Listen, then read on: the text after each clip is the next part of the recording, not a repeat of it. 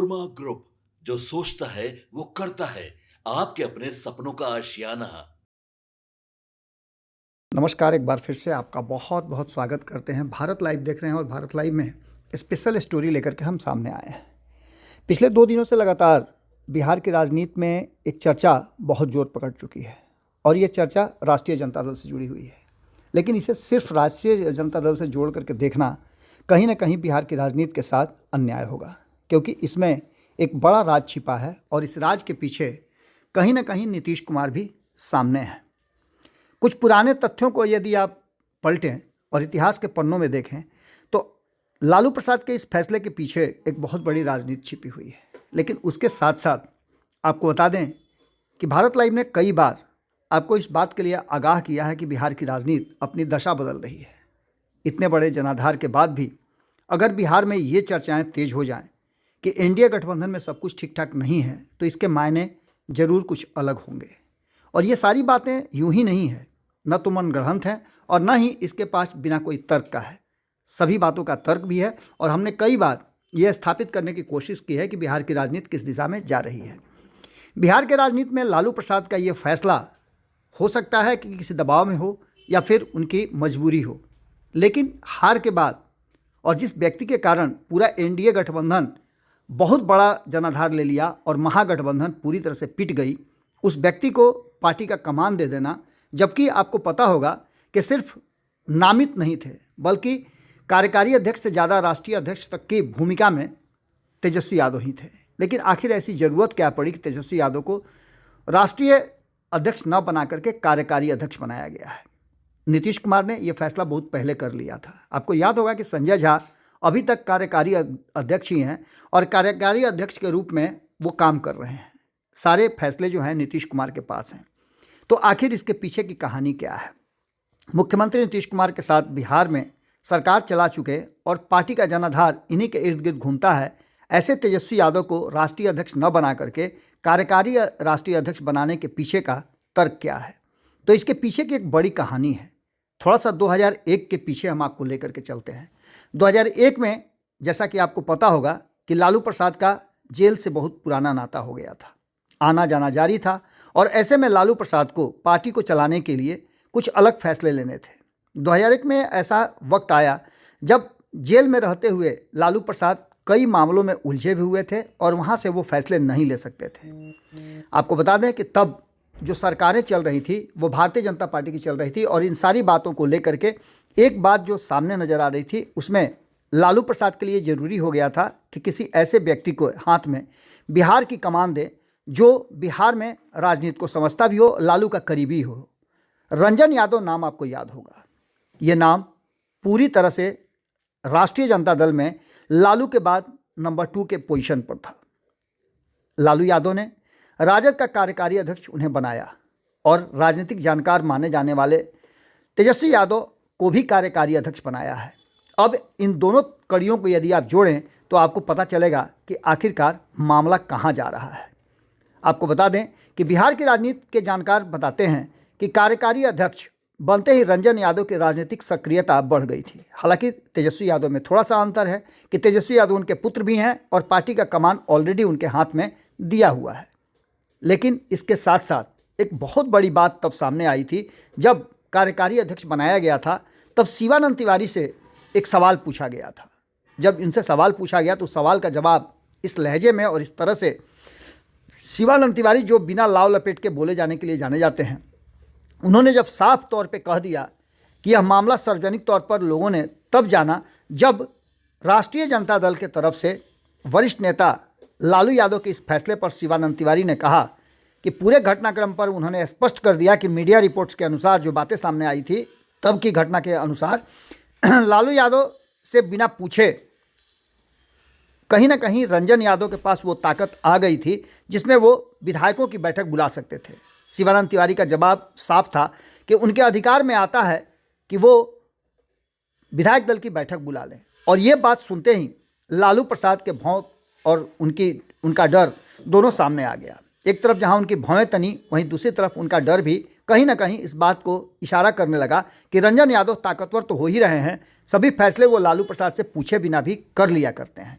राजनीति के जानकार ये भी बताते हैं कि वक्त लालू यादव को यह महसूस करने के लिए मजबूर कर दिया कि रंजन यादव पार्टी और सरकार दोनों पर अपनी पकड़ बनाने की कोशिश कर रहे हैं। हालांकि इसका कोई प्रत्यक्ष प्रमाण नहीं है, लेकिन इन सब के बावजूद जो तथ्य हैं उसके अनुसार ये बात हमेशा से चर्चा में रही है कि लालू यादव से बड़ा कद अपना रंजन यादव ने बना लिया है। पटना के गली चौराहे पर आप जाइएगा तो आज भी रंजन यादव के बोर्ड आपको नज़र आ जाएंगे। गली चौक चौराहे बनाने से लेकर के आम जनता के बीच रंजन यादव एक अपनी पहचान बना चुके थे और राजद में पूरी तरह से वो एक तरह समझिए तो कमान अपने हाथ में ले चुके थे। इस संभावित खतरे को देखते हुए लालू यादव ने इस खतरे को ही समाप्त कर दिया। 2001 में लालू प्रसाद यादव ने अचानक रंजन यादव को राष्ट्रीय जनता दल के कार्यकारी अध्यक्ष पद से हटा दिया। इसके बाद दोनों के बीच में जो अदावत हुई वो पूरी दुनिया को पता है। बात यहाँ तक आ गई कि मीडिया रिपोर्ट्स के मुताबिक अगर देखा जाए तो अंदरूनी फूट इस तरह से बढ़ गई थी कि रंजन यादव असंतुष्ट गुट के नेता बन गए थे। लालू के कंट्रोल में हालांकि सब कुछ था, लेकिन उसके बावजूद भी रंजन यादव ने बहुत बड़ा डैमेज तो नहीं किया, लेकिन तब पटना साहिब से कहीं ना कहीं लालू प्रसाद को हरा करके उन्होंने अपना बदला जरूर ले लिया।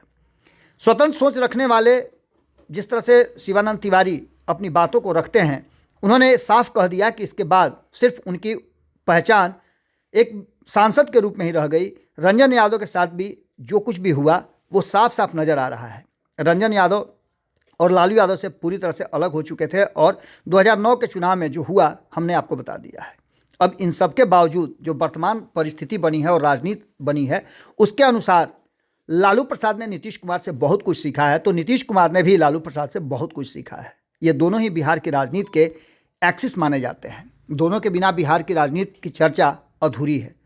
ये सोच जिस रिश्ते को ख़त्म करने की बात आई थी उसके बावजूद भी आप जानते हैं कि कभी भी राजनीति में रिश्ते जो है अस्थाई दोस्त और दुश्मन वाली नहीं होती है। कभी भी कोई किसी का दोस्त बन सकता है और कभी भी दुश्मन बन सकता है।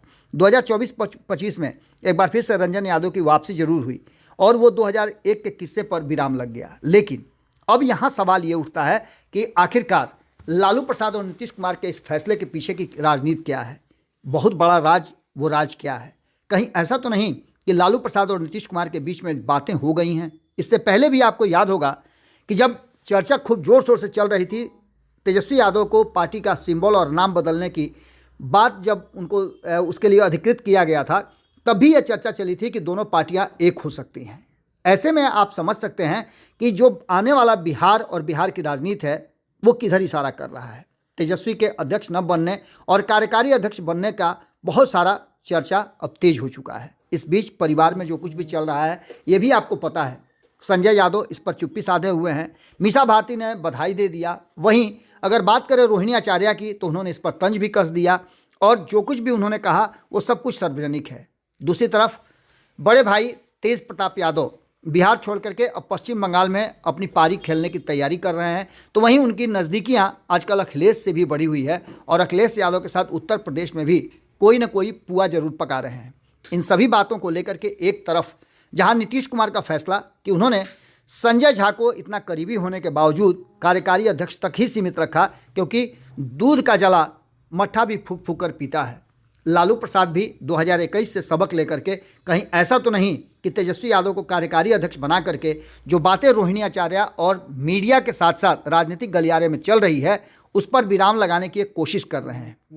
तेजस्वी यादव को एक वक्त दिया गया, समय दिया गया है और इस वक्त में तेजस्वी यादव किस तरह से पार्टी और परिवार के बीच में सामंजस्य स्थापित करके लालू प्रसाद को खुश कर पाते हैं या उन्हें संतुष्ट कर पाते हैं कि अब इनके हाथ में कमान रहेगा, ये देखना बड़ा दिलचस्प होगा। आने वाला वक्त जो है वो बिहार की राजनीति में एक अलग दिशा की तरफ जा रहा है। ऐसे में लालू और नीतीश अगर भीतर अंदर खाने में कोई फैसला कर लेते हैं तो उस फैसले पर नज़र बनी हुई रहनी चाहिए। बिहार की राजनीति में कभी भी नीतीश कुमार कोई भी बड़ा फैसला ले लें तो कोई अतिशयोक्ति नहीं होगी, क्योंकि अब तक बिहार में कई वर्षों से शासन करने वाले लालू प्रसाद और नीतीश कुमार दोनों ने ही अपने हिसाब से बिहार की राजनीति को घुमाया है। जब ज़रूरत पड़ी तो खुद मुख्यमंत्री बने और जब ज़रूरत पड़ी तो किसी दूसरे को मुख्यमंत्री की कुर्सी पर बैठाया। आने वाले वक्त में लालू प्रसाद अब इतिहास बनने जा रहे हैं। तो वहीं आपको बता दें कि नीतीश कुमार के पास भी बहुत वक्त नहीं है। नीतीश कुमार भी कोई ऐसा फैसला ले करके कहीं ऐसा तो नहीं कि दोनों मिल करके किसी राजनीतिक यात्रा की तरफ, मजबूत यात्रा की तरफ आने वाली पीढ़ी को लेकर के जाना चाहते हैं।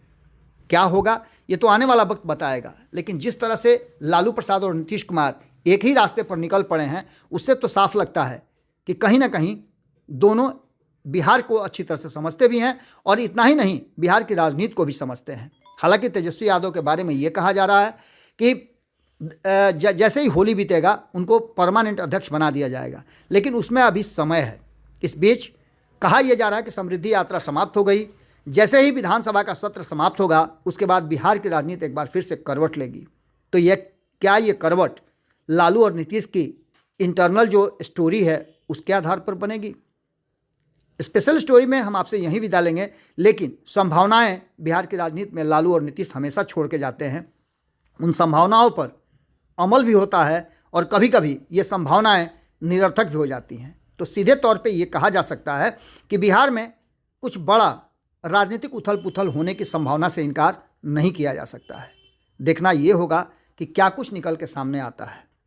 बहुत बहुत धन्यवाद। नमस्कार।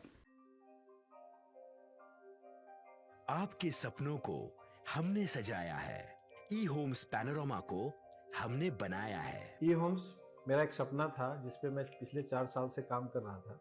हमने जो बनाया है वो सबने है माना। ई होम्स पैनोरामा में हो आपका भी आशियाना। और फाइनली हमने 2021 में इस प्रोजेक्ट को लॉन्च किया। बहुत लोग अप्रिशिएट कर रहे हैं कि पूर्णिया जैसे शहर में, बिहार के, एक तो बिहार की बात करें उसमें भी पूर्णिया जैसे छोटे जगह में इस तरह का लाइफस्टाइल देना, ये सुन के हम लोगों को बहुत अच्छा लगता है। ई होम्स में हमने कुछ और भी किया है, जैसे हम जिस जगह में रह रहे हैं हमारे फैमिली सिक्योर हो, उनको सिक्योरिटी का ध्यान में रखा है। आपकी सुविधा और सुरक्षा आपके लिए खास है, ये आपका विश्वास है। इसमें आर्टिफिशियल इंटेलिजेंस का 7 लेयर सिक्योरिटी का हमने इस्तेमाल किया है। लस ग्रीन कैंपस को बनाया है। यदि हमारा बाउंड्री वाल है तो वो वर्टिकल गार्डन है। ये जितनी भी फैसिलिटी होता है एक इंटरनेशनल टाउनशिप में ई होम्स है, ये हम लोग विश्वास नहीं कर पा रहे हैं। जो भी हमारे मित्र दोस्त या जो भी हमारे बाहर के बाहर आते हैं तो हम लोगों को बहुत अच्छा सुनने को मिलता है और बहुत अच्छा क्रेडिट मिल रहा है। वो सारा हमने सिर्फ एक बिल्डिंग नहीं बनाया, हमें एक बहुत अच्छा लाइफस्टाइल दिया ई होम्स में, और मेरा एक सपना था जिसको मैं आज फुलफिल होते हुए देख रहा हूँ। ये आपका आवास है। ई होम्स पैनोरामा में अब आपका निवास है। E homes Panorama, luxurious lifestyle redefined. Panorama group, जो सोचता है वो करता है। अगर ये वीडियो पसंद आई और वह बिहार के राजनीति और बिहारियत से सरोकार रखेनी तो सब्सक्राइब बटन दबा के चैनल के सब्सक्राइब कर ली। ओजे एगो घंटी बा, ओकरा बटन दबा देला से कुल सटीक और मारक खबर रुआ मुफ्त में मिल जाई। अगर रुआ पत्रकारिता के हमनी के नया प्रयोग में सहयोग कर चाहतानी तो ज्वाइन बटन दबा दी। पेटीएम नंबर नोट कर ली 9386816700।